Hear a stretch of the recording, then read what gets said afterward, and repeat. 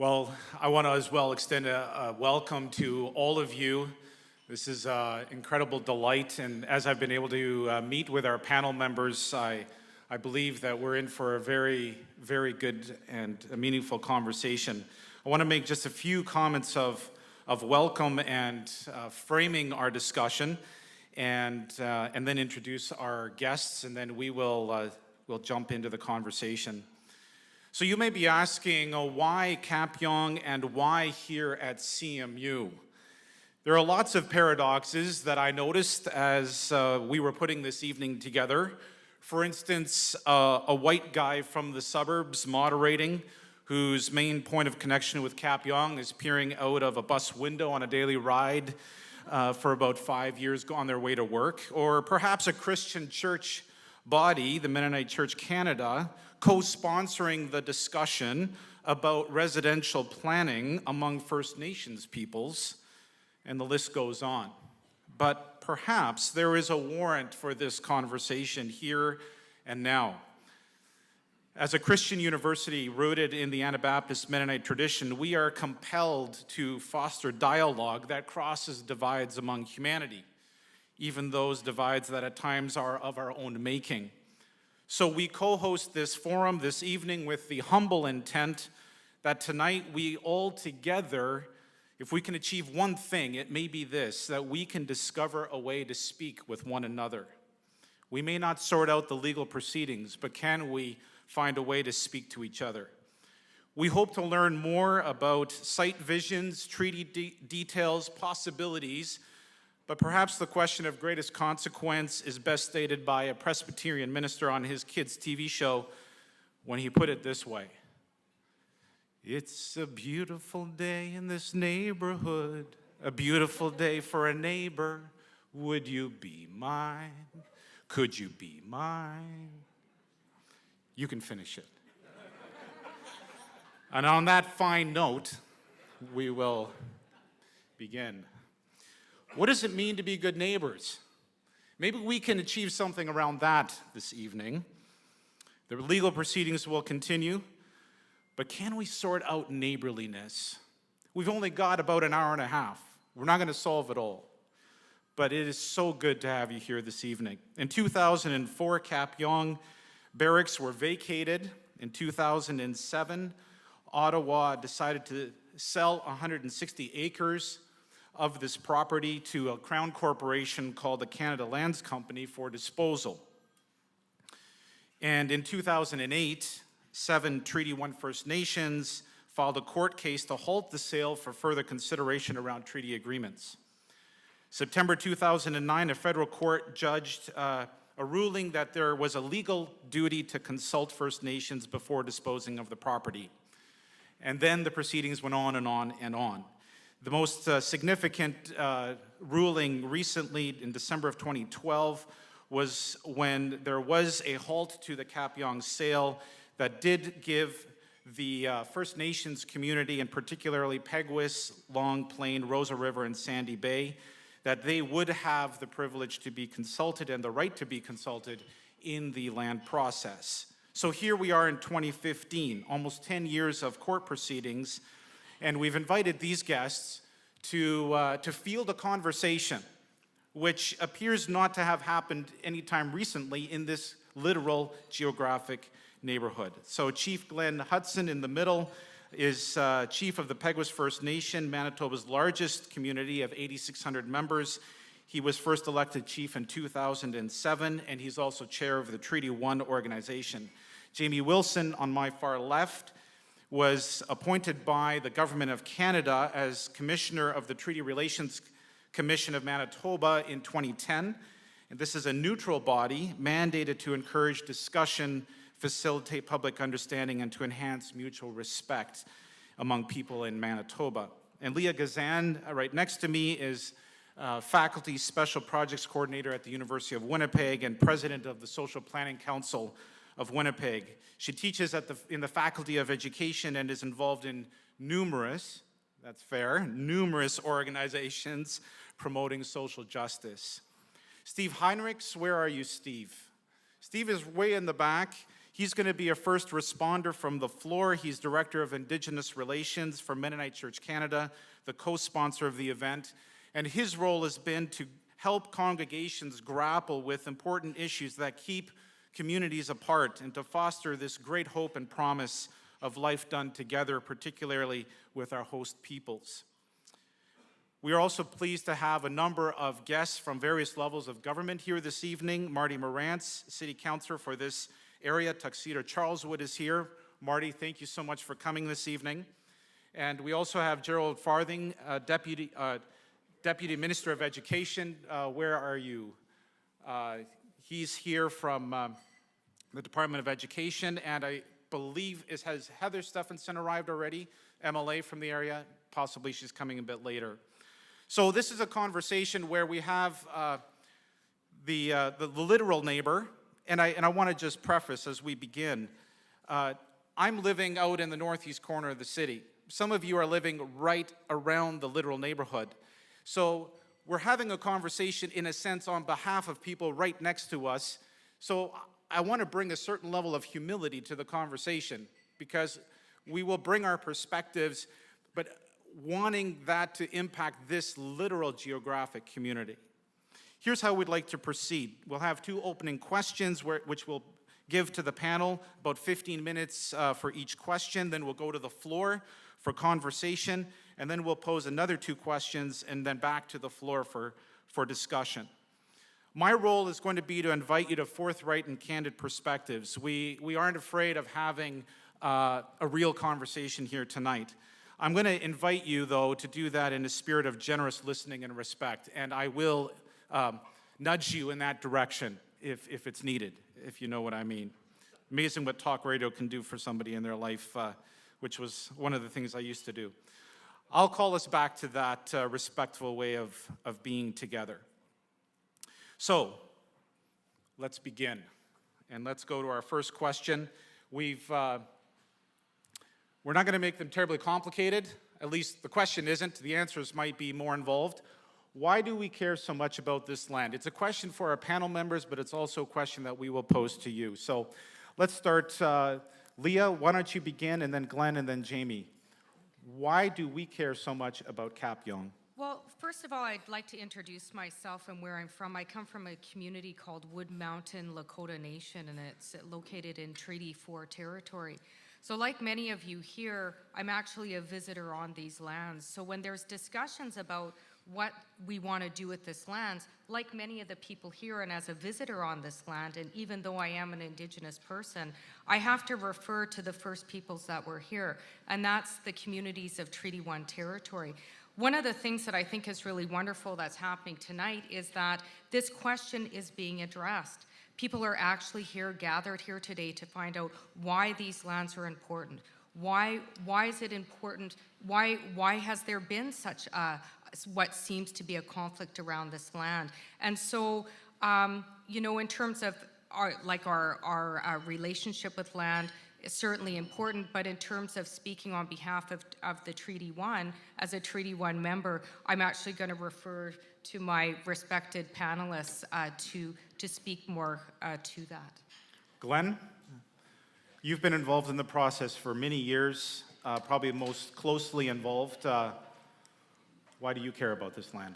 Well, certainly I want to, first of all, give thanks for being here, and certainly give thanks for everybody coming out and taking part in our conversation today. But I just want to also, first of all, welcome you to Treaty 1 territory, and that's the reason why we're here, and that's the reason why I care so much about this, because going back, this is our traditional territory, and certainly moving forward, it will always be our traditional territory. And when we sign treaty, there's obligations that need to be lived up to on our part, but also on the federal government's part. And certainly that's something we care about in terms of those obligations and those treaties being fulfilled. And the reason why we signed treaty, we're the original signatories to Treaty Number 1, Peguis First Nation, the very first line of treaty. And we signed those treaties to live in peace and harmony and to share our lands with the settlers of this country. And that's something that continues to happen today. but certainly the obligations that need to be lived up to is one of the main reasons I care about certainly this specific parcel of land. The other reason being is here's an opportunity for us to showcase our talents as First Nations in terms of development and certainly moving forward together in that spirit of treaty. And those things are very important, not only for us as First Nations, but important to the people of this city and the people of this province and the people of Canada. And I think, we should all care certainly about those obligations and this specific parcel of land. So that's where I'm coming from in terms of moving forward with the development of Kapiong Barracks. Jamie, and maybe you, if I could just add a question, Jamie, as you respond in terms of how is it that this particular parcel of land is in this process from the, why is it not like an IKEA development? Yeah, and I think I'll echo what Leah and Chief Hudson said, and I wanted to go on record that Leah said she would defer to me for something. Yeah, okay, I think that's that's- never happened. That's a one-time only shot deal, just putting that out. But we But have it on, I hope somebody wrote that down, and I'm gonna. well, we've got it on about Off 8 the cameras. record. There's 8 cameras that caught that, Jamie, so you're good. So this is a piece of land that has become a symbol of both the negative in the relationship between First Nations and other Canadians, and a symbol of the hopefulness that could be in that relationship. I think that those people, you drive by the property, a lot of people drive by the property, you see stagnation, you see lack of action, you see conflict, and it all becomes personified and kind of exemplified in this piece of 160 acres of land.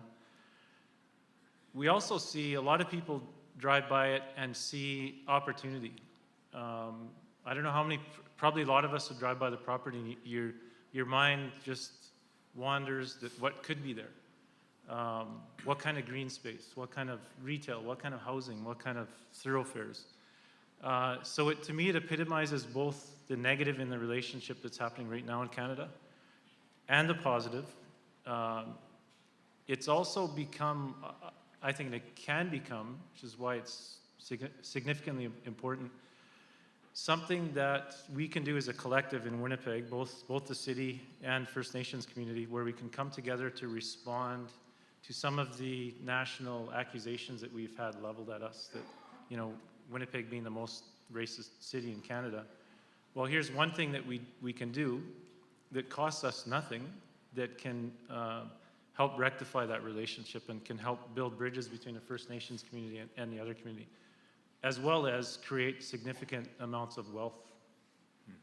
Glenn, do you want to just clarify how when land that is federal land becomes designated as surplus, then there's a connection there to the treaty agreements? Do you want to just clarify that relationship? Why is it that this land, because it's federal land, becomes a treaty conversation?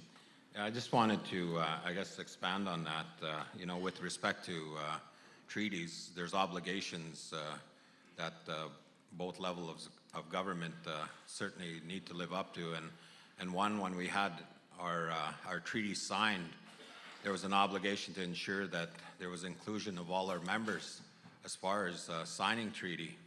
And there was people that were left out of that process as far as our population went back then. And certainly there was obligations as far as setting up reserves. In the case of Peguis, we were granted 54,000 acres, and yet people were excluded from that process. So through this treaty land entitlement process, which falls under this particular parcel of land, which the federal government, when they declare land federal surplus, we have the first right of refusal to that land according to that treaty. And that's the reason why we had selected as Treaty 1 First Nations that particular parcel of land at Kapiong Barracks. And so, going back through the history, it reflects those obligations and that treaty agreement. So the federal government must live up to that obligation in declaring this land surplus. Let's go to the next question, have you respond, and then in about 5 minutes, we'll go to the audience. So the second question is, what would a development look like? Are there specific blueprints, plans that are in place? What can you tell us about that? Jamie, you want to start? And then Leah, if you want to defer again, you can, or you can actually answer a question. Sure, yes. Excellent. I won't be deferring to Jamie this time. Okay. I want to have that on the record. Jamie, and then Leah, and then Glenn. I think that the developmental plan, like what are the concrete developmental plans? I think that's an important question. We had a meeting recently where we brought together Treaty 1 First Nations in our office and different development organizations, chambers, people from the business community. And we talked about what are the development opportunities. Now, coming out of that, there was a consensus that if there is a clear concept plan or a business plan for the site, that it would give people something to rally behind if they could actually visualize what was developed. Because a lot of people, if you say urban reserve, a lot of Manitobans have never been on a reserve, or they may have been on a reserve without knowing it, and they may have no idea what a reserve looks like. So their only connection to a reserve may be what they see on the news. So, and a lot of times those aren't positive stories, right? They're seeing all the negative. One of the things we have to do is share the success stories of urban reserves all throughout Canada. There's 154 urban reserves throughout Canada, 52 in Saskatchewan alone. There's very few in Manitoba, so it's hard for us to say, oh, that's what an urban reserve looks like. So there was a consensus coming out of this meeting that if there's a clear concept, it would give people something to rally behind and something that people could have input into. So the success stories, like if you look at Muskeg Lake Cree Nation, who's had an urban reserve in the city of Saskatoon since 1988, one thing that they've done that's made it so successful is they've included the outlying community, the surrounding community in the city of Saskatoon in the developmental plans. So there's a really strong partnership between the city and the Muskeg Lake Cree Nation Chief and Council. They work together. Muskeg Lake Cree Nation is part of the long-term development plans for the city. Like it's a real partnership, right? And the jobs and the wealth that's been generated out of that property has been really tremendous. It took a property that was a derelict train yard and turned it into what is now the kind of the business hub of the southeast corner of the city. Should we go to some of those? Jamie gave me some pictures that he wanted to show. So here's the Muskeg Lake Cree Nation, just a few of the properties. They have a golf course as well as the business development area. Did you want me to talk about some of the other ones right now? Sure. Or do you want me to do that after? No, let's go through them right now. Sure. Yeah, there's a number of, I'm trying to peek at your screen there. There's a number of urban reserve developments throughout Canada. In Quebec City, there's a number, as I was saying, in Saskatchewan. In Quebec City, they built a 4-star hotel on their site. The one in Prince Albert, you've got Prince Albert Grand Council, who've developed an office complex. I mean, if you travel, if any of you have been to Vancouver, a lot of you probably actually been on an urban reserve. You may not realize it, or the East Coast. And they're seamlessly integrated with the surrounding community. So it's something that, like one of the things we have to do is look at best practice, and that's a job that our office can do, the Treaty Relations Commission can do, is to say, here's some context, here's some best practice from elsewhere. Now let's raise the level of dialogue. So we're not talking about lowered property values, but we're actually talking about green space and thoroughfares and what kind of retail, what kind of housing, all that. Leah, let's go to you. Well, I think I'd like to bring up the cost of not developing it. I mean, if you look at the land and all the development around it, you see an IKEA going up, you see Cabela's and all this development. And then in the midst of all of this wonderful development, there's this eyesore that is really taking its toll on local property values. We have, if you look at the concrete, there's grass growing through the concrete now. So when we're talking about, some of the development, certainly Jamie's spoken about around the country.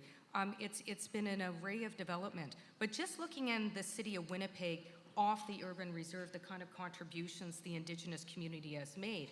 For example, APTN, who's now exporting television, to the United States.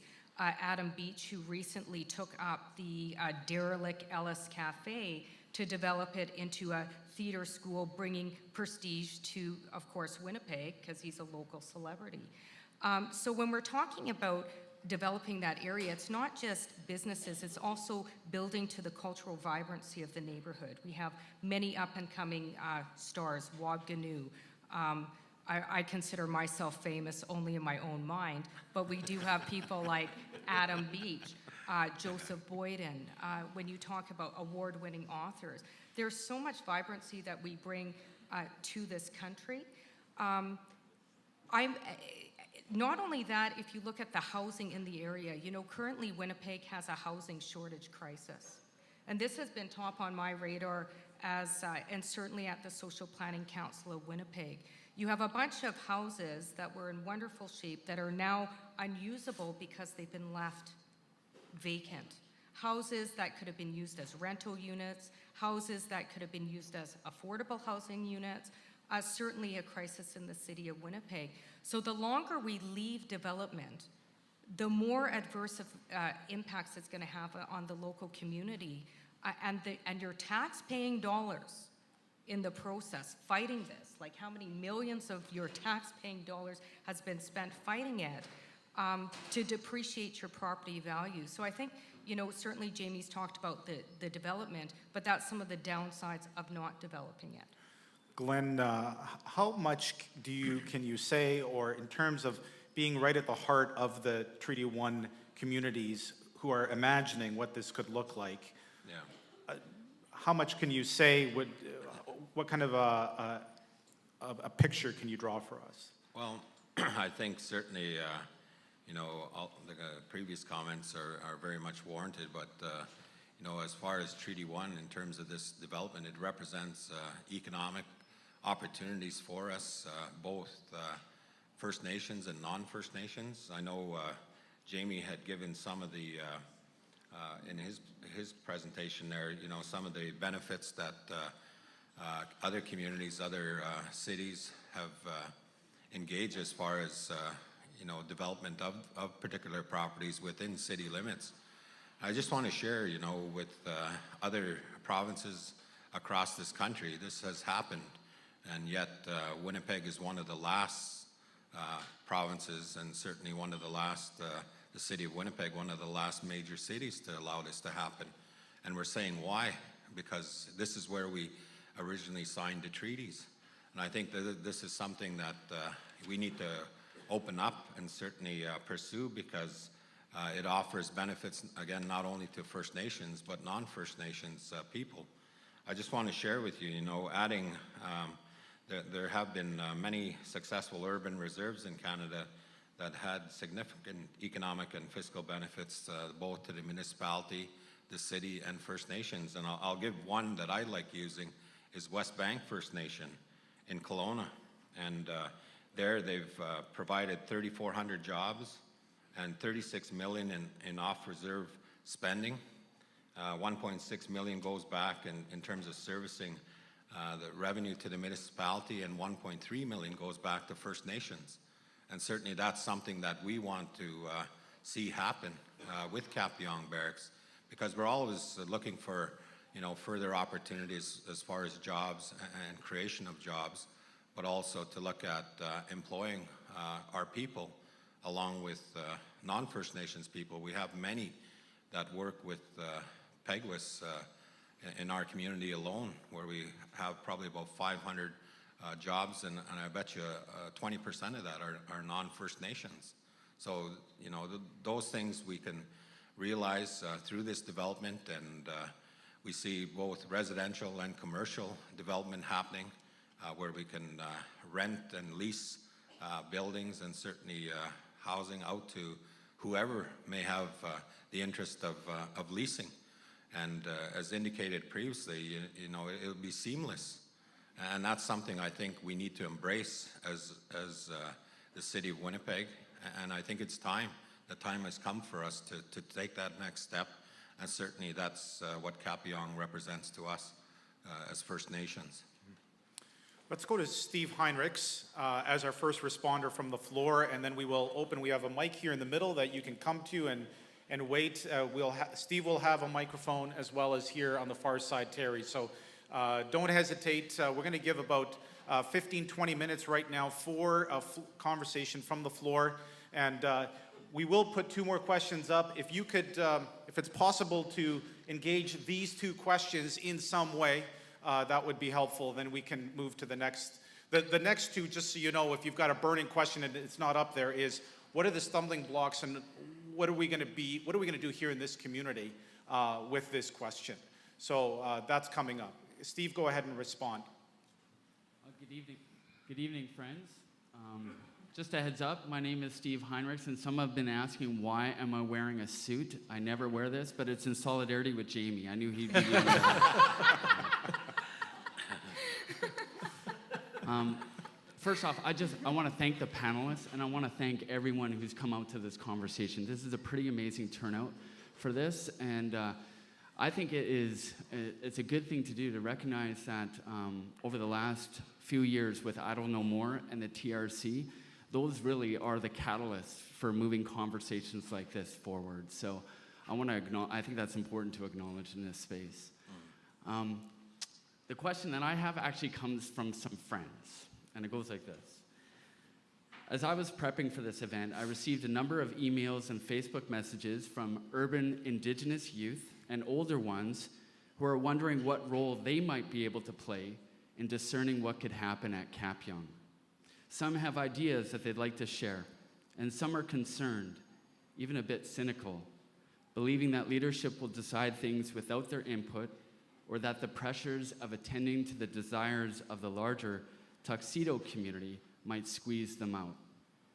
So wanting to honor these voices, my question is, how will Indigenous leaders create space and opportunity for grassroots Indigenous peoples to play a significant role in the shaping of Kapiong? Who wants to respond? Well, I guess it's only appropriate that I respond to that first, being an Indigenous leader. I think with the opportunities that are available as far as jobs and job creation, you look at, all of the various entities that are going to be involved from design, planning, certainly to construction, to the service industry, and certainly to the residential side of things. So under all of those areas, it represents opportunities for employment. And certainly, in the area of planning, myself, I just want to share with the group here that I'm an engineer by trade. Before I became chief, I graduated with a degree in industrial engineering. And this is something that we've always worked toward in terms of providing opportunities for our people in terms of jobs. But having this particular opportunity here at Kapiong, within all those areas that are required to develop that, it'll provide jobs for many, many people, including First Nations and non-First Nations. And I think that's something that we need to support and something we need to endorse, but also something we need to applaud because, as I stated, we're one of the last cities in this country to allow for urban reserve development. And in this case, I would call it the economic development zone. So if we have through this planning, stores that provide retail outlets to the public at large, then certainly there's opportunities there, for everybody involved. So I just wanted to share a bit of our vision on what we see possible. Let's go to the floor. The microphones are available to you. If you have a question you want to pose to one of the panel members. Could I actually respond Sure. to that? I think, in terms of grassroots members, I think even though I'm up here tonight, I've been involved in a lot of grassroots activity. I think it's really important to get your voice involved and to state your opinion really clearly.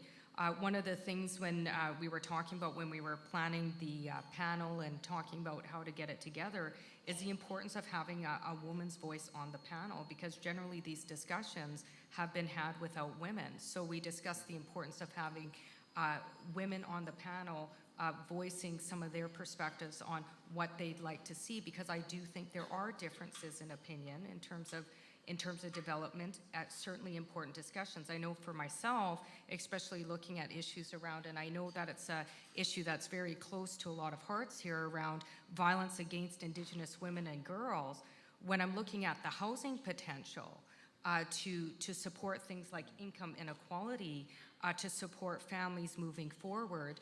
Not only does that benefit families, but it benefits the local neighborhood, the local economy in terms of, getting training, being able to give back to the local economy. So I'm looking at things like housing, and I know that there's been some discussion around education, but to have those voices and to have a forum where those voices are heard, I certainly think that's the purpose of the discussion here today, to hear some of the voices out here, to hear some of your perspectives, but also to make sure that community continue to sound their voice and ask those questions that may be able to influence the direction that this takes. Jamie, you wanted to jump in?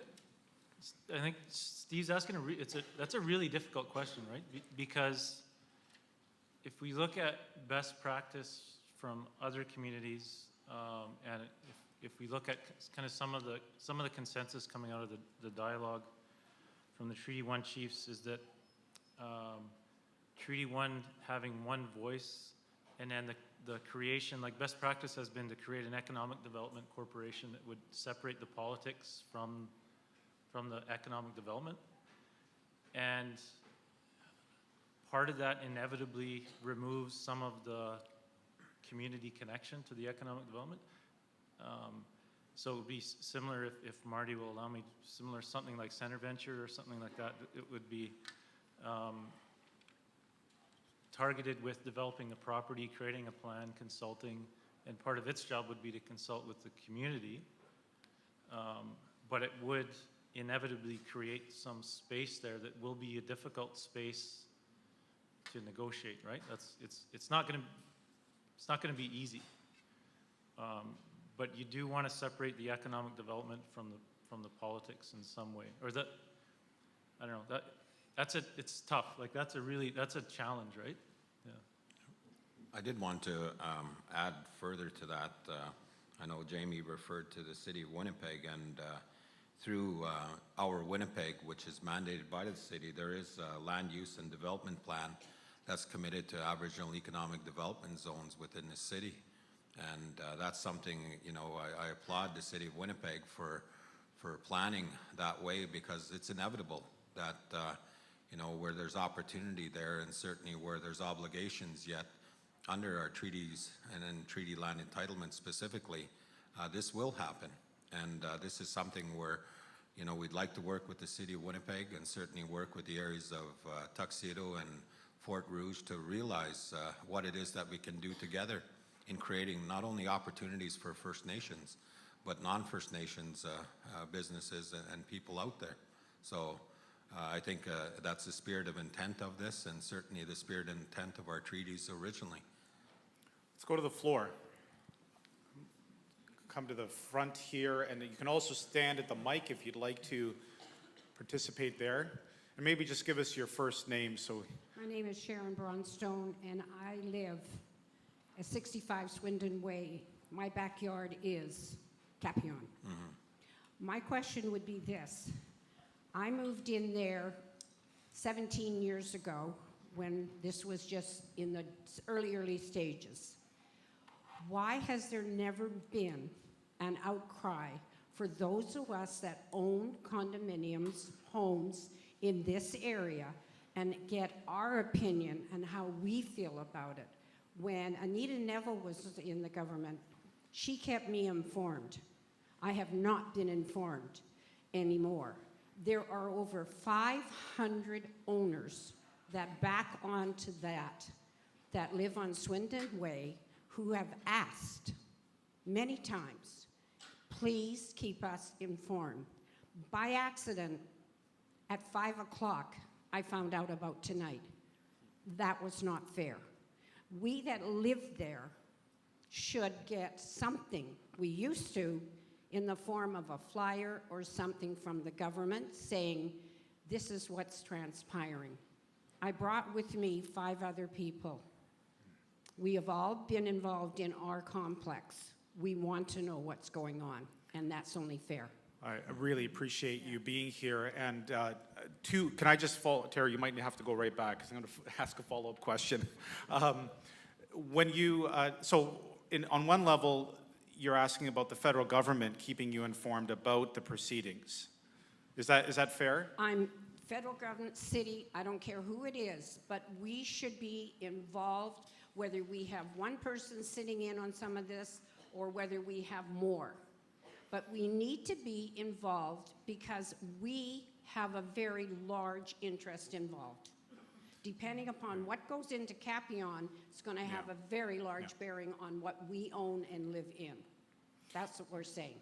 So I'll pass on your commendation to our marketing team to say we need to get flyers out to the community when the university hosts an event. So that's one way. I mean, we aren't representing the federal government in this venue tonight, but at the same time, I think your question, do you have concern? I would love to hear some of your interests in that. And first, though, we'll ask the panel, is there a process that could come into play for the geographical neighbors to be participant in what happens in that space? Is that a fair representation of your question? Sure.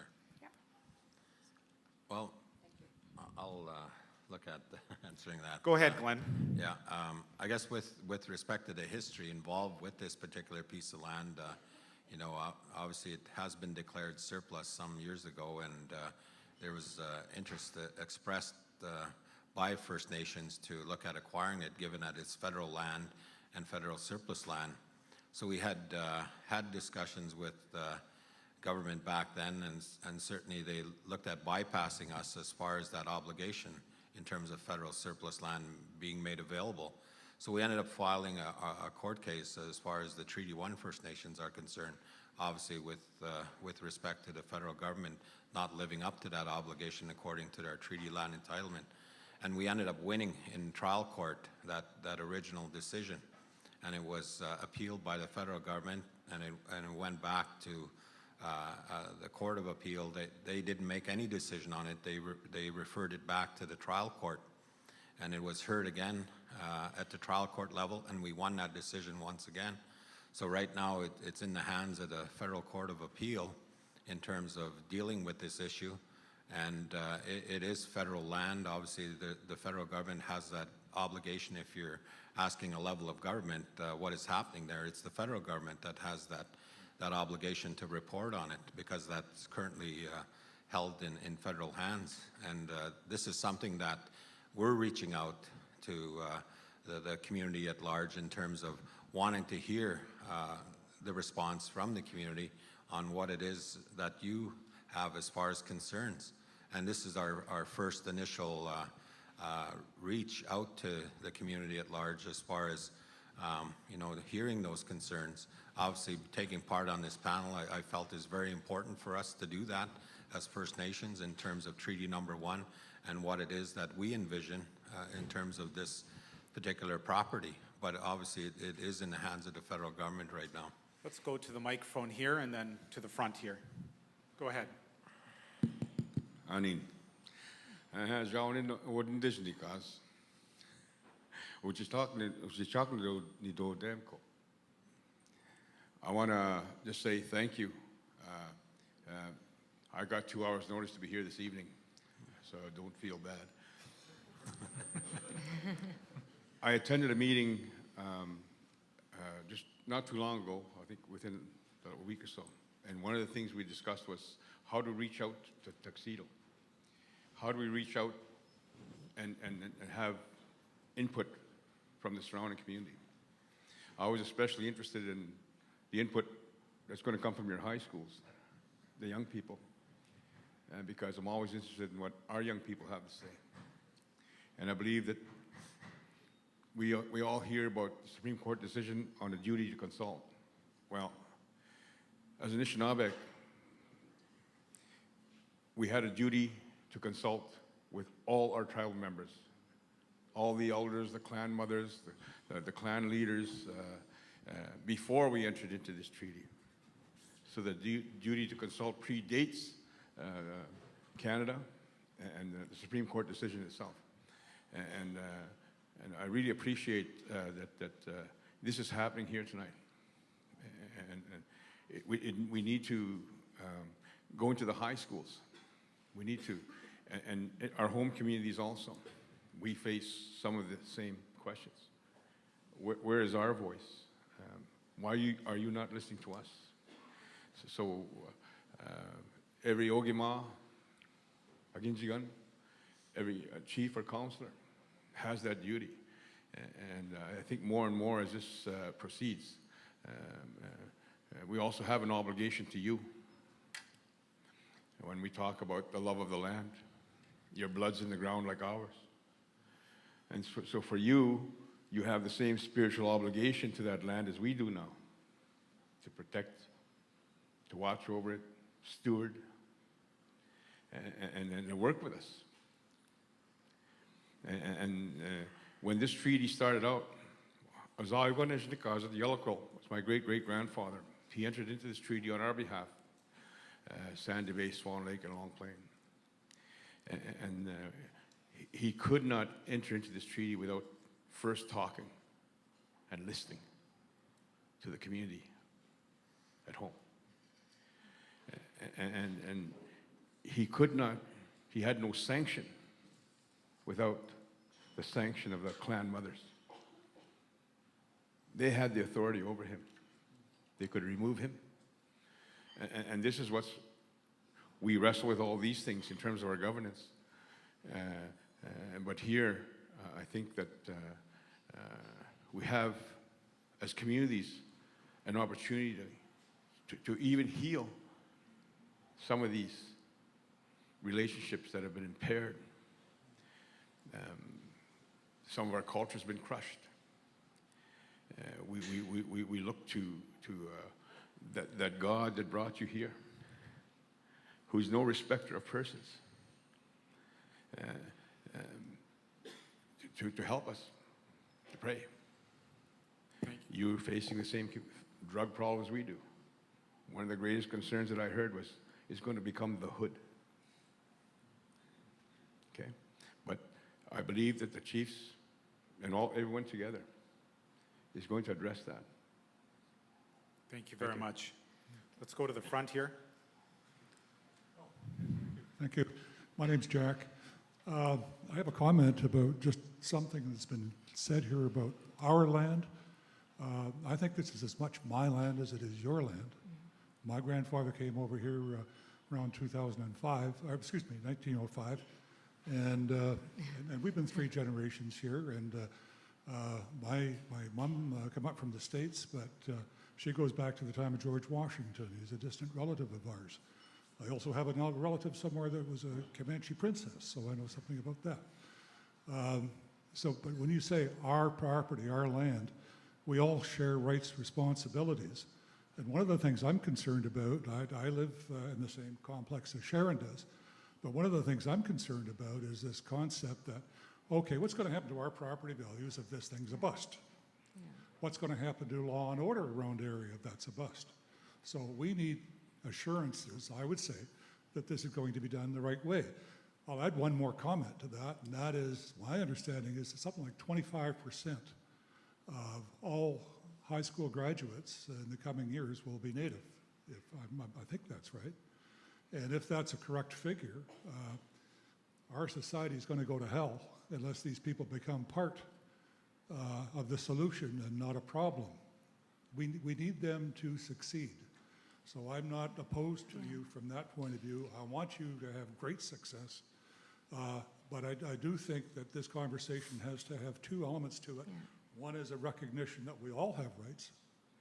And the other is a concern that has to be addressed is, how is the criminal code going to apply?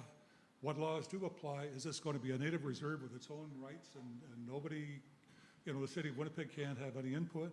Do building codes apply? Does it, you know, like, what about fire services, water? Is this going to be a viable enterprise? And I know you want it to be a viable enterprise, but what agreements have you made with the state of Winnipeg in this regard? What's the history and other reserves? I'd be very much interested in that aspect. Of So, it. It's so there's a practical. couple things there, Leah, you can respond, but I just want to come back and also say there's, what I'm fascinated with in your question is there's a presumption about the nature of the people who would be there. When you say that if we have this kind of population of graduates, the whole thing's going to go If to they're- the they have dark to be side, part so of to the speak. solution, is what And I'm saying. I want us to be careful about presuming, or maybe that's exactly the question we need to get to. Why do we presume that if it's First Nations, it's the hood? No, I think that needs to be addressed. I think that has to be built into. But why do we totally in presume? Why agreement do we with- presume that? Now I'm speaking on I'm behalf. not your behalf. presuming it, I'm just So, saying. so I that's I a wanted legitimate to concern. respond to this, I wish I knew your name, I don't want to call you this lady, but what is it? Jack. Sharon? Sharon's question. And then I wanted to just move over to your question. I think that's part of the issue right now is because there hasn't been a lot of communication, everybody's left up to assumption, and I think I've kind of observed that with the last couple of questions. And I think part of, a solution is having that clear communication. What is it going to look like? What does development look like? How does it benefit, the local neighborhood? How does not developing it impact the local neighborhood? And I think, those are fair questions, but also how does it benefit each other? I think you just made a remark about that. We certainly, when you look at graduation rates, they're actually going up. I know this because I teach in the Faculty of Education, so it's my thing, right? But so it's actually going up. It's actually 45%. And if you look at, even some of when you're talking about local economy and even employers, if you look at big employers like APTN, NCI, some of the businesses in Winnipeg, we also, even without the economic development zone, we've contributed to a lot of economic growth in the province of Manitoba. I'm not going to talk about the municipal relationships in terms of arrangements, but I think maybe that's part of the solution is having more dialogues like this. And I think this is, maybe coming out of the Maclean's magazine, Winnipeg being named the most racist city in Canada has really opened space to have some of these discussions. What does it look like to be neighbors? What does it look like to have those really good relationships? And what does it look like to have that clear communication?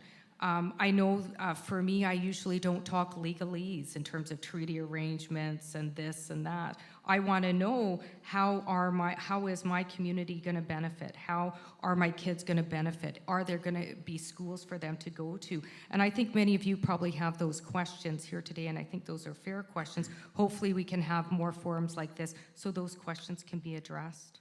Yeah. Let's go back to the floor here for another question, then we'll go to the middle mic. Can I jump in? Sure, go ahead, Jamie. I just wanted to point out that, we talk about being on Treaty 1 land, and we recognize that. We, like First Nations people, we say that all the time, and it's not done lightly. There's a real legal reason why we do that as well. It's a recognition that we do live in a country where we try to uphold the law. I think that's an ideal we all aspire to, that law and order is something that in Canada we try to aspire to. And the treaties have been recognized by the Supreme Court as documents that we have to live honorably under. They were signed, where we are 1871, without Treaty 1. So if you own property in this area, you're exercising a right that was granted by the signing of Treaty 1. And it goes all the way back to the Royal Proclamation of 1763. So everybody in this room has treaty rights.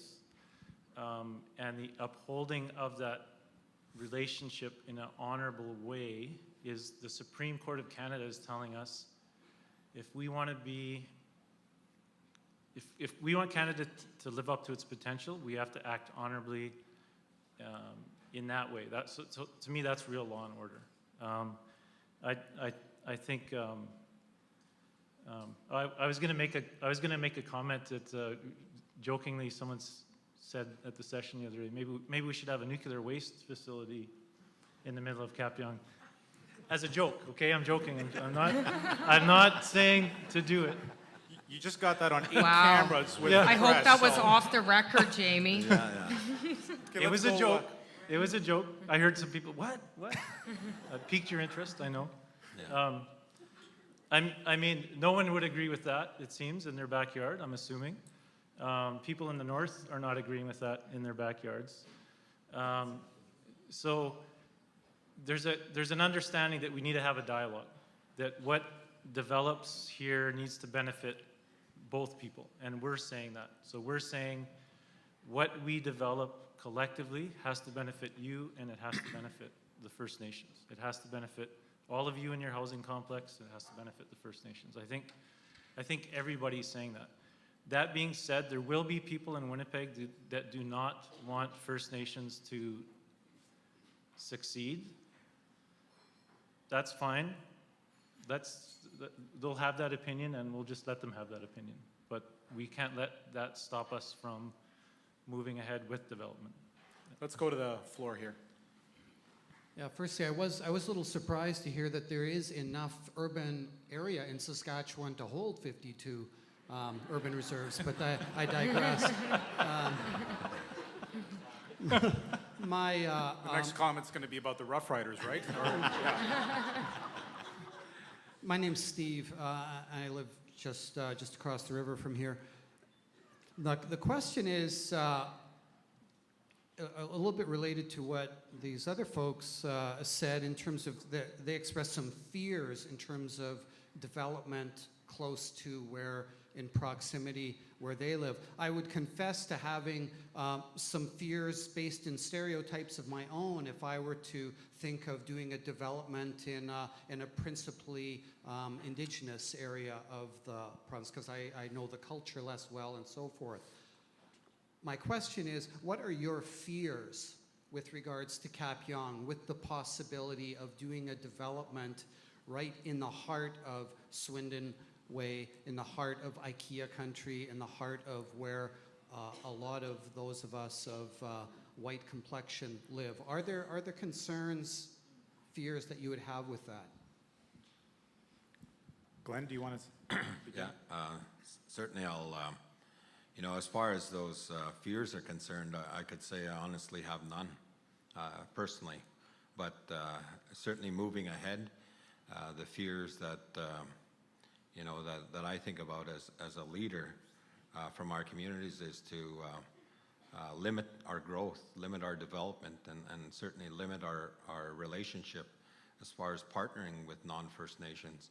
It was mentioned about how fast our populations are growing.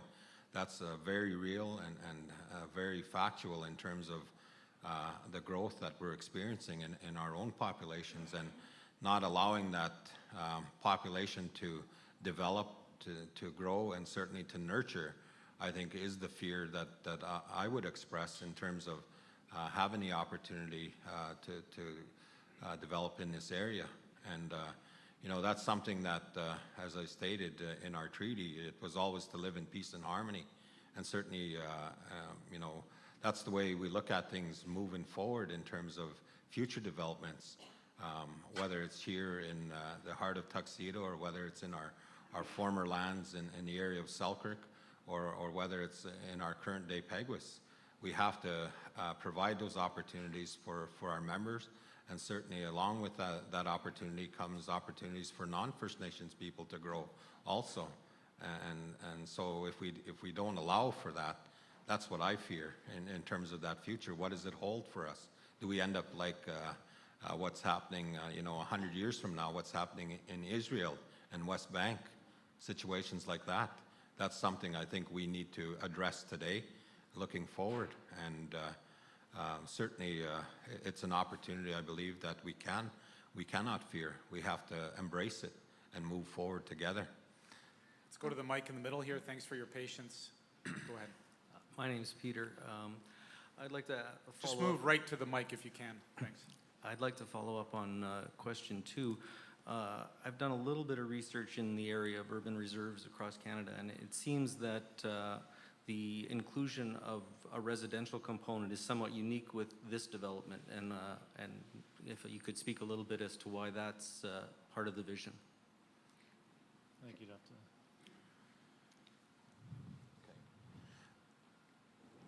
I'm forgetting half the question there, and he The walked away. question was about including residential development alongside of the economic, kind of the other urban reserve models seem to be primarily economically driven in terms of business, not including residential. And so what are the thoughts about that unique characteristic in this scenario?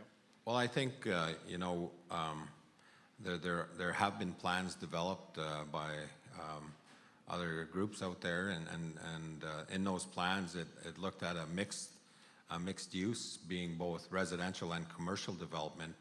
And this is something that, you know, going forward that we envision, because I guess there has been some work done as far as what people, or certainly what organizations want to see happen in this area.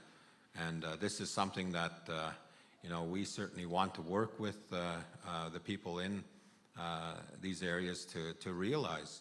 And I think going forward, we can expect both residential and commercial development in this area because of the traffic flow, but also because of the current residential development that is happening.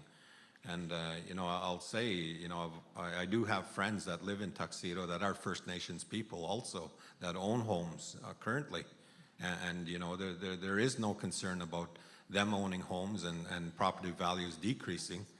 When we see what we have today there and what's expected as far as future development, I can only see increases in their property values. And, you know, that's something that I guess we have to sit down and have that discussion together, work along with the City of Winnipeg, and certainly work with the federal government in being partners at moving forward with this development. So I just wanted to add to that. Leah, go ahead and jump in. And So I have to ask a question. I'm going to pose a bit of a question here. So when we see developments around the city, like economic developments around the city, I don't see Winnipeggers go up in arms. Like, for example, I was talking about some of the developments in the area. There's a whole bunch of strip malls being developed, Cabela's. I didn't see massive protests in the city of Winnipeg. Why are they building the Cabela's? Okay? Same with housing. You know, I live in a neighborhood, a diverse neighborhood. I don't have picket signs outside of my home. My parents used to live on Swindon Way. Never was there protests outside of their place of residence. So I think some of the fears, I think, speak to the broader issue in this city in terms of relationship building. Why did we get to a point in the first place where there's such a divide between us and them? Because as far as I know, when we're looking at treaty relationships, we're all part of this treaty relationship. I'm here because I want to have a relationship with you. I want to be able to live beside you and you to know that I have good intent on your life. And I think that's a really important foundation of this discussion. Why is there such a hesitance to live with each other?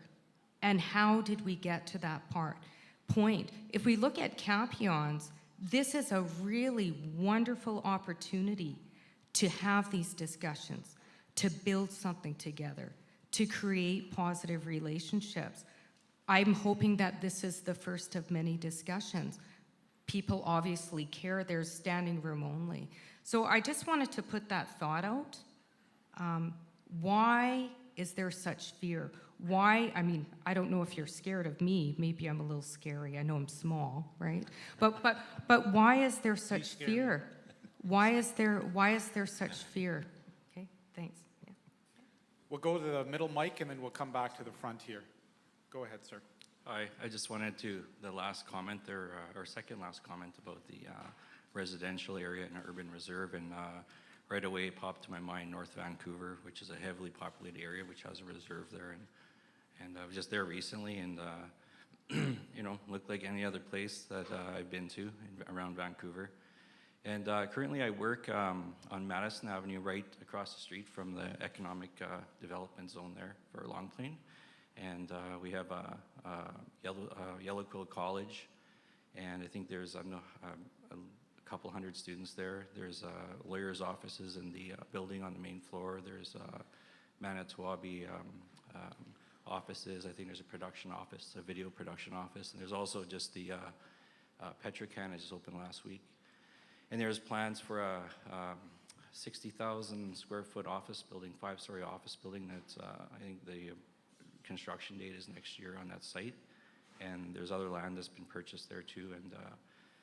And working there and seeing the development over the last few years, it's been pretty exciting for myself, being a First Nation person.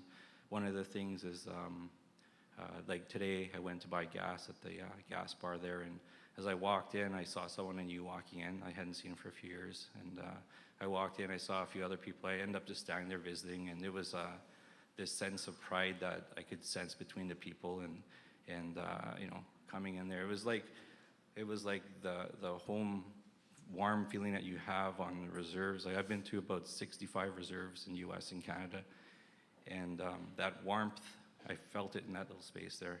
And it was something that made me feel really good. My daughter was with me, and we ended up visiting, and for a few minutes, you know, and the thing that I got up to say was that, like, I'm trained as an architect, and I'm also a Pegasus band member. The thing that I see in the issue of development and First Nations is the fact that we've been invisible. We haven't had any voice. Like, yeah, like in media, other ways, but in the built environment, in these spaces, we've been like pushed aside. And one of the things that the way that I look at it is that we have this day-to-day life that we see a pattern of different things that we experience, and we're always missing from those things. And I remember sitting in a restaurant as an architecture school for, well, 10 years, but I was sitting in a restaurant, saw a guy come walking in, and the way he carried himself, I thought, this guy, he looks like he just owns this place, you know, and maybe I'm just kind of picking up something, but there was a sense that he carried and those kind of things come with your environment and who you are and who you're associating with. And for First Nations people, we don't have things, these signifiers or these things that say you're part of this society, you belong here, you're a valid part of this. And it's like someone who's been, in a sense, abused, and you've been through something, you need someone to validate what you went through, in a sense. So as a designer, when you see something that is First Nation, something that you connect with, that circle is complete. You belong there, you're a part of society, and you feel like you open up and you want to be a part of it. And that's something that I see happening across the street from where I work. And there's, I was talking to my father a while ago. I worked for a landscape firm, a planning firm for a few years. And we did a project in Ontario that had burial mounds. And we walked out on the site, and I was doing a design for this building there. And as we walked out into the clearing, there was about 12, well, I saw about 5 burial mounds, and they were like maybe 20 feet high or 60 feet round. And the moment I saw them, my hair just stood up. And there was like something about that place. And it wasn't something that I was just putting in my mind. It was actually, there's something there that I felt. So when we talk about place and owning, there's a deeper sense that actually exists that I think First Nations people, those things have to be healed. And that's healthy for everyone. When I think of this site here, I haven't thought much of it. Like last night I was thinking. Just give you about 30 more seconds, and then we'll go to the front. I was thinking here. this is an opportunity to have like a sustainable building. Like I've designed buildings like this, like a building that can be sustainable, projects that could be sustainable. We could look at cultural things happening. I know that at the campus here, there's like a Holocaust museum. We could have our museum of our experiences. Maybe there could be a dialogue between the two. Maybe this could be a place that could become a powerful place for talking about history of Canada and human rights, like we have the museum, but I don't know, those things just pop into my mind. There's like this opportunity that, Thank you you very know? much. Okay, thanks. You had a question, follow-up question here? Let's have a quick comment and then a quick one here, and then we'll get to our Okay, next question. my comment may not be quite so quick, but I'm a little disturbed by the them, us, that whole concept is unfortunate, and it bothers me a little, but that doesn't relate to my question. My question is, I really haven't seen an answer to question 2. I've spent a career in management audit, including 2 levels of government, and to me, it's so easy to walk into a situation. And what I'm hearing mostly is this discussion of the rights of Aboriginal peoples versus, the government putting blocks to this. To me, I think it could be far more progress made if a model was presented and said, this is what it would look like. Something like Centre Venture did with that downtown area that was actually filmed, and the mayor says he didn't see, or he saw, but I've been in a lot of meetings where you walk into the meeting and you know this is going to drag on for years, and fortunately, some of those I was the chairman of that meeting, and I brought it to a head very quickly, because what I did was I formulated a solution. In other words, in this case, present a plan that says, look, this is what we can do. Here's what it will look like.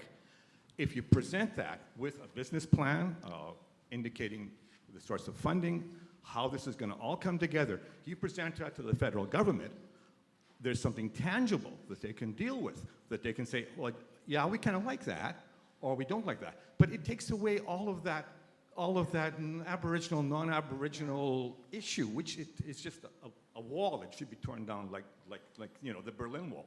Yeah. If you present something tangible, positive, and say, hey guys, here's our plan, here's our vision, here's what it looks like, why wouldn't you let us do it? So maybe Jamie, real quick, and Glenn, if we get right down to those practical things, is it possible for the community to present blueprints? We're talking the same language, beyond just English.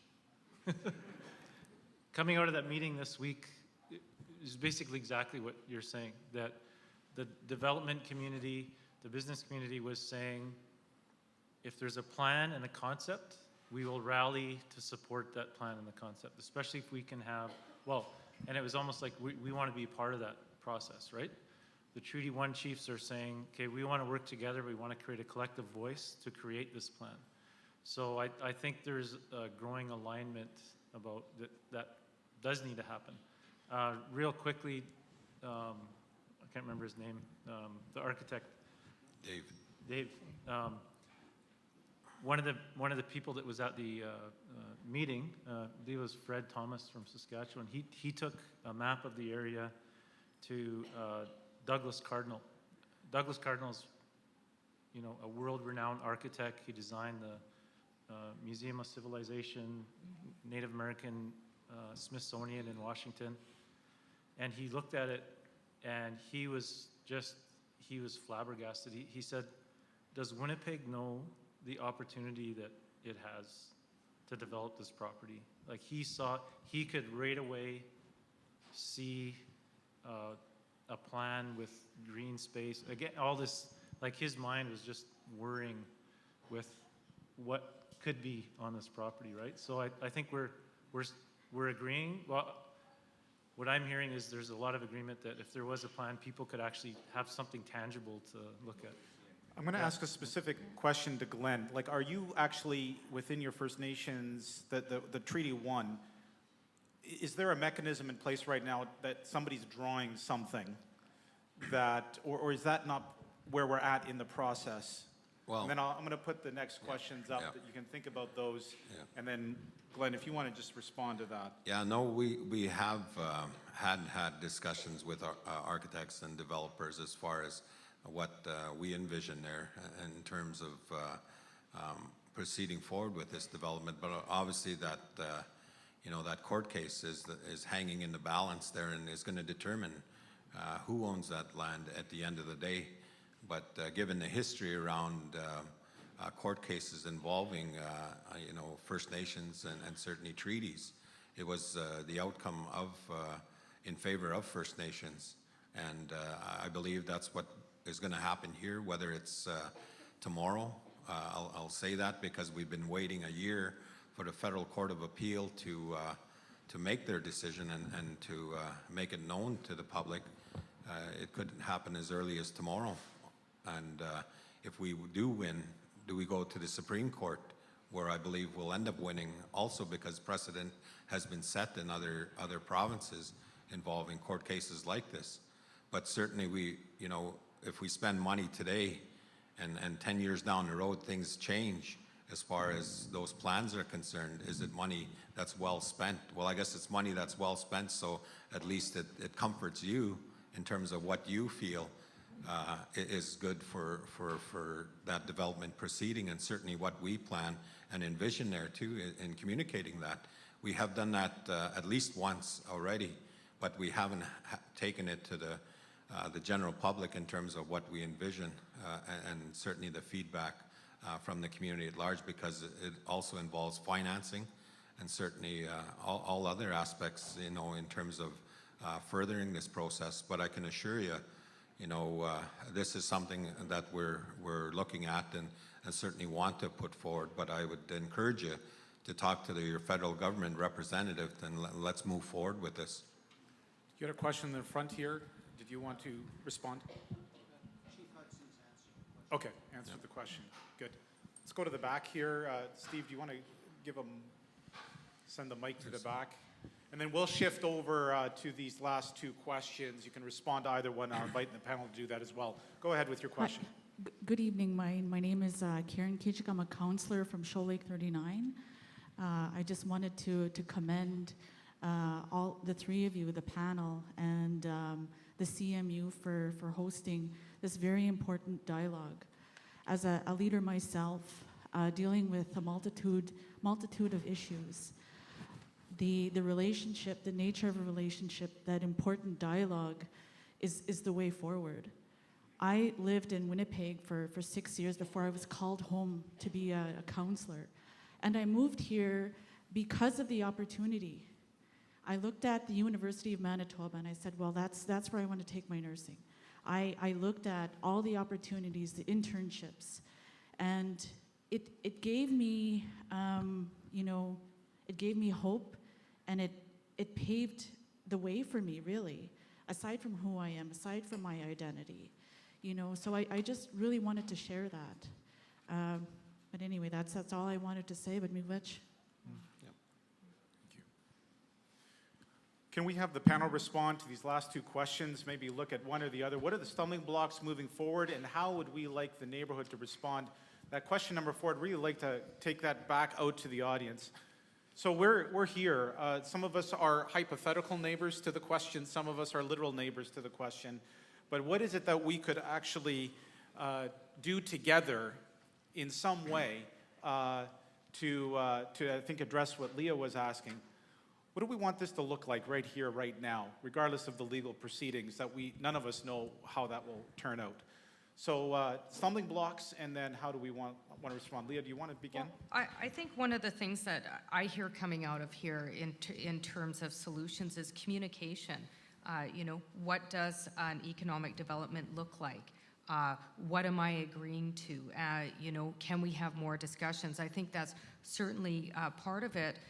But I think it's also about mending a broader historical relationship in this city that's really resulted in an unfortunate divide between Indigenous and non-Indigenous Winnipeggers. I see more and more. I teach at the University of Winnipeg, and my students are predominantly non-Indigenous. And what I find is that as we begin to have the discussions, as we begin to break down some of the stereotypes, some of the ideas, some of the misunderstandings about history, relearning history, the relationship starts to improve, because I do believe that people in general want to have positive relationships. Conflict is not pleasant for anybody. Nobody wants to stay in a situation of conflict. Certainly Capion is symbolic of much of the conflict that we've seen historically. So I think that can be improved in terms of having that communication, sharing each other's stories. You know, I appreciated what some of the people in the front row said about like living in the area. I appreciated your candidness, you know, some of your concerns. Maybe that's a dialogue that needs to happen. You know, understanding where you're coming from, also understanding where we're coming from. And, you know, I think this is really positive. I think this is a first step. Glenn, and then Jamie, to the stumbling blocks or the, if you could have anything you wanted, Glenn, in terms of how this neighborhood responds, here's your chance. That's a loaded question there. Yeah, I figured. If I Well, you could got have about anything 2 I minutes to want. But, respond. you know, with respect to the opportunity and certainly the stumbling blocks, it's exactly that understanding of being able to live together and embrace, you know, this development. I think, you know, if we don't reach out as First Nations and certainly people in terms of economic development opportunities, you know, we're going to collapse. And certainly that's going to lead to a lot of issues that will impact us even greater. But certainly in terms of this particular piece, I think, you know, the stumbling blocks is that understanding and certainly ensuring that we do have the opportunity moving forward as far as this economic development opportunity is concerned. I think, you know, in dealing with both levels of government and certainly the City of Winnipeg, we have to have those understandings also to embrace that moving forward and moving forward together. I think those are some of the very real and very upfront issues that we need to address, and so we can move forward together. You know, from a political standpoint, I think I'll leave it at that. I know, because the city is very interested in expanding Kenniston, so if you could add that to your plan as your, you know, I mean that's where it gets really practical, right? Like, Well, there's a vested interest to say we need a, you know, couple more lanes there. Yeah. Is Treaty 1 going to give us those lanes or not? Well, I guess I'll answer that directly. You know, with the former mayor and certainly council, we had reached out and stated, well, let's sit down and negotiate something. But has that happened to date? That hasn't happened to date. So unfortunately, it is tied up in court, but certainly we have reached out and are looking at trying to ease the pressures as far as expansion on Kenniston alone. But again... But you're open to those conversations? Yeah, definitely, and we have put those questions forward to the mayor and council at time. Jamie? I was going to say I was going to defer to Leah's answer about communication. Thank you. Could you put that on the record?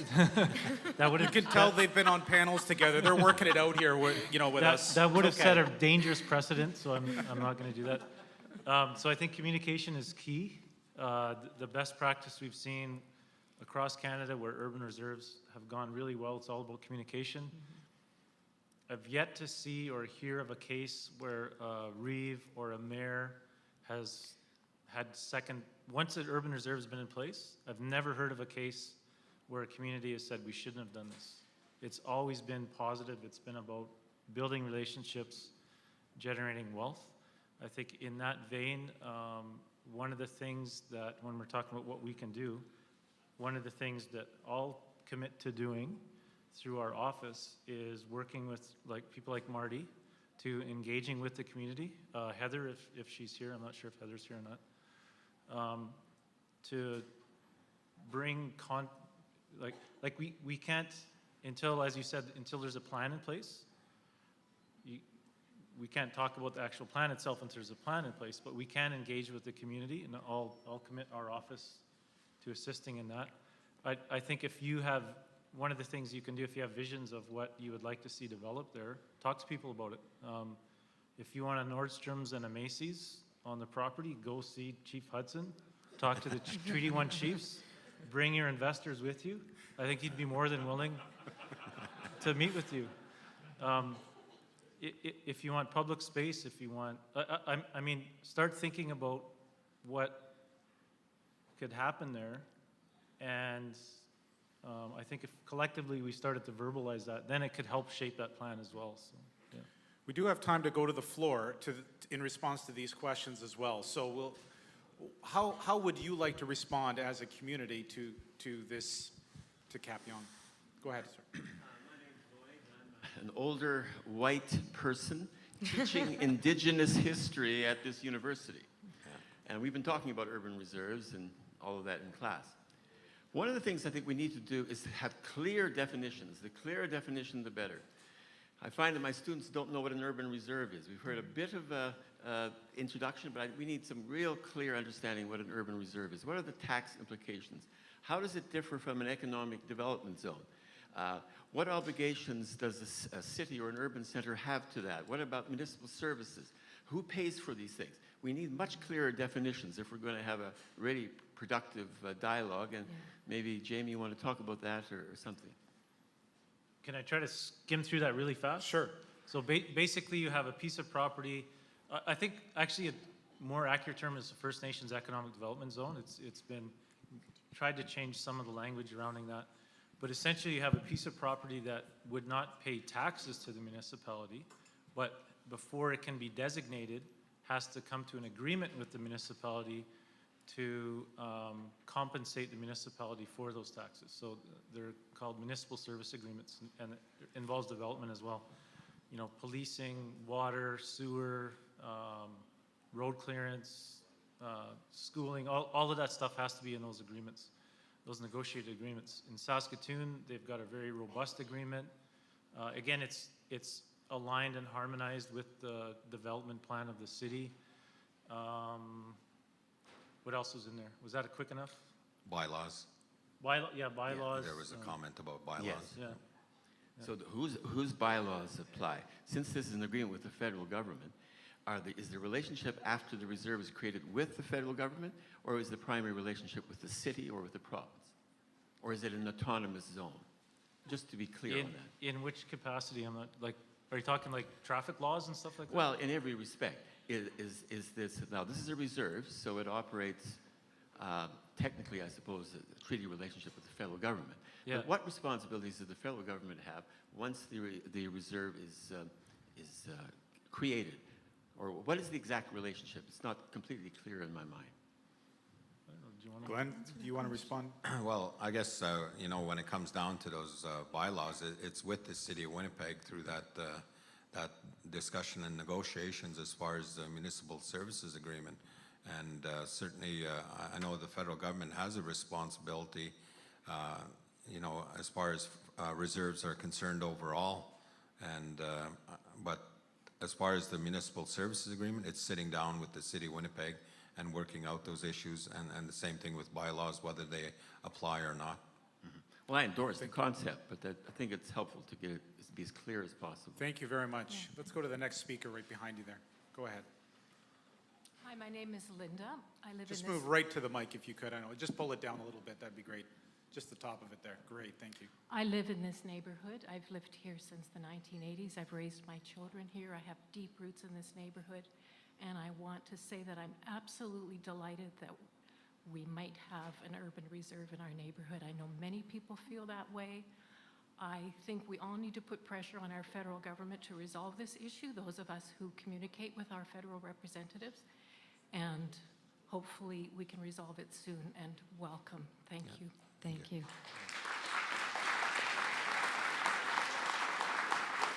If I could pipe in for just a second. Sure, go ahead. Good evening, my name is Ashlyn Haglund. My Ojibwe name, by the way, is Kishkandagokwe. That means cedar woman. If I was learning Low German, I'd come here, but I've been trying to learn Ojibwe, so I've had to talk to other people. I'm sure you guys would give me a Low German name too, right? I'm from Treaty 3. I'm a settler. I'm Swedish and Norwegian and all sorts of other Celtic things. I'm also trained as a land use planner. I focus on contested space, and the bylaws of the city would apply within an urban reserve. They would be negotiated the same way they would be negotiated in any other aspect of the city. I can speak to that as fact. That's how that would be played out. I'd also like to mention, as a former officer in the Canadian military, that barracks was integrated. I want to just plant that seed that space and those barracks were integrated. And as somebody who went to a school Where I, as a white person, was a minority, I have to say that the experience of living and going to school with Indigenous people is a gift. So I hope this happens. Miigwech. Go ahead, sir. My name is Henry. A number of comments have been made about the need of moving ahead on this, and I would really endorse that. For umpteen years, we followed the mile.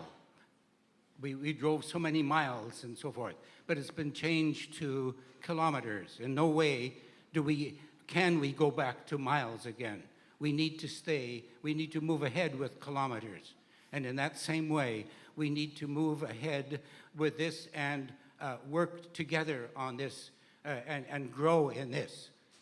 And I would really encourage this movement. Yes, thank you. If we measure this one in kilometers, we'll get there quicker, I think.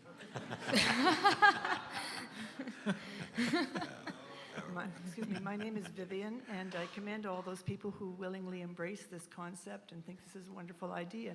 I have some reservations. I live in this community, and I'm invested in this community, and I totally agree with the gentleman up there who said, let's have a tangible plan. Let's see what you're going to do here. It's not that I think people are opposed, but there is a fear element. We maintain our properties. We want limited traffic flow. We don't want a casino. We want certain things. We don't want other things. And today, we're just talking, and I know that you're saying the government has to tell us what to do or give this land or not give this land, and we're not going to get too involved in that. But I think you must. If you want us to go along with your ride, and we're willing, then we've got to know what you're going to be doing there. And if it comes down to some of the things that I've just mentioned, we're not on board. At least I'm not. So put a plan together, tell us what you're going to do, how you're going to do it, and we can embrace that, and we can be good neighbors. But if you alter the fabric and the environment that we already have and have committed to and have put a lot of worth and effort on our parts to create, then I would be concerned. Yeah. So get that plan together. Okay. Soon. All right. Question at the back here, and then we'll, I think we're close to wrapping it up, so. Okay, I'm Not the Father conversation, just tonight. I'm Father Maurice, a priest from the Archdiocese of St. Boniface. But I had the opportunity to work several years as pastor of St. Teresa Parish, St. Teresa Point, Wasagamak, and Garden Hill. And I have to say, it's been probably the best experience in my life. I have fallen in love with the First Nation people like you can't imagine. Just to give you an example, when the bishop forced me to come back to the Archdiocese of St. Boniface, and I announced that I would be leaving, for 3 solid weeks, from morning till night, my parishioners were at the door saying goodbye. I've never experienced a warmth, a love like I've experienced out there in all my life. It's been one of the best experiences of my life, and I really say, what really has struck me is often people have prejudice, and they're talking about First Nation people, and they don't know what they're talking about. First Nation people are beautiful people.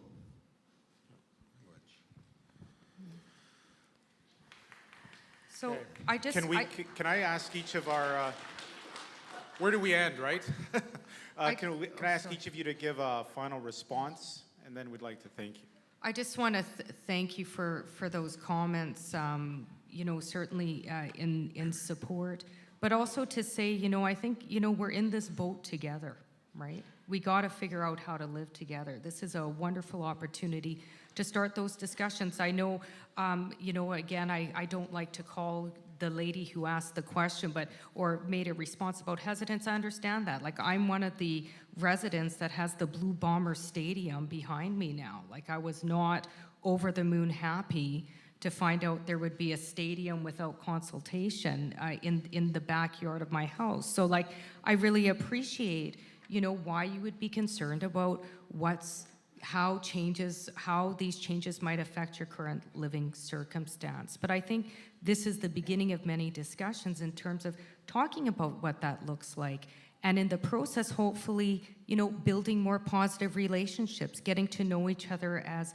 Winnipeggers, you know, addressing things like being the most racist city in Canada. Maybe we can be the most dynamic, responsive city in Canada, because maybe we're called something, but we were responsive, and look at what we got out of it. And I think Kapyong could be symbolic of that change that needs to happen in the city, and I think that it can happen. So I really want to commend everybody for coming here today. It's been a pleasure. Glenn? I guess I certainly echo, you know, those comments made by Leah, and I think, you know, with respect to moving forward with this development, it's something that has been a long time coming. I know for us as First Nations, specifically Treaty 1 First Nations, we embrace the opportunity, and certainly we embrace the community at large. And I want to thank, you know, the pastor there for his comments about us being beautiful people. Why do you think we opened up this land? Why do you think we signed treaty?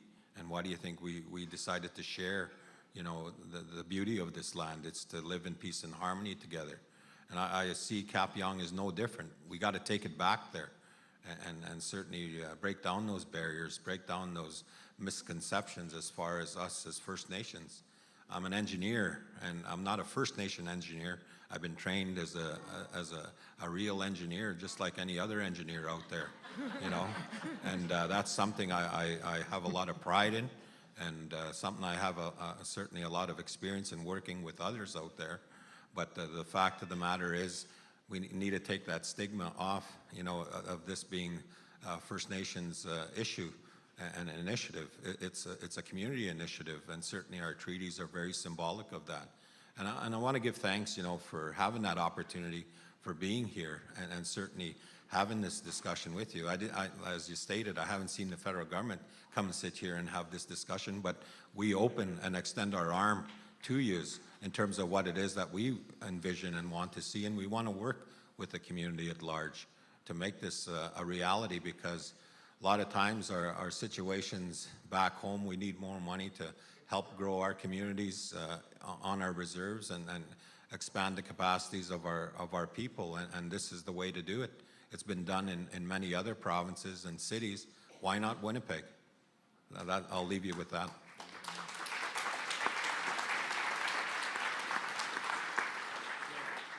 Jamie? Yeah, first, If I can just say, didn't the feds not support you on your $64 million arena complex? Okay. I guess, I just want to share with what Irwin was saying, that, you know, when we built a $17 million arena complex in our community just recently, and I invite you all to come and see it. It's one of the most beautiful rinks in this province, but the federal government never contributed one dime to that.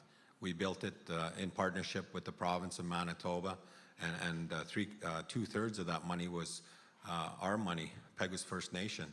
So when we move forward with initiatives, and yes, we're interested in, you know, with partnering and investors out there, but we have a lot of money behind us to make this a reality today, and you know, that's something we need to embrace again in terms of those partnerships. I'm reaching out to the federal government, and let's move ahead together. Jamie? yeah, I think firstly I want to thank CMU, President Pauls, for hosting this dialogue, and David for moderating.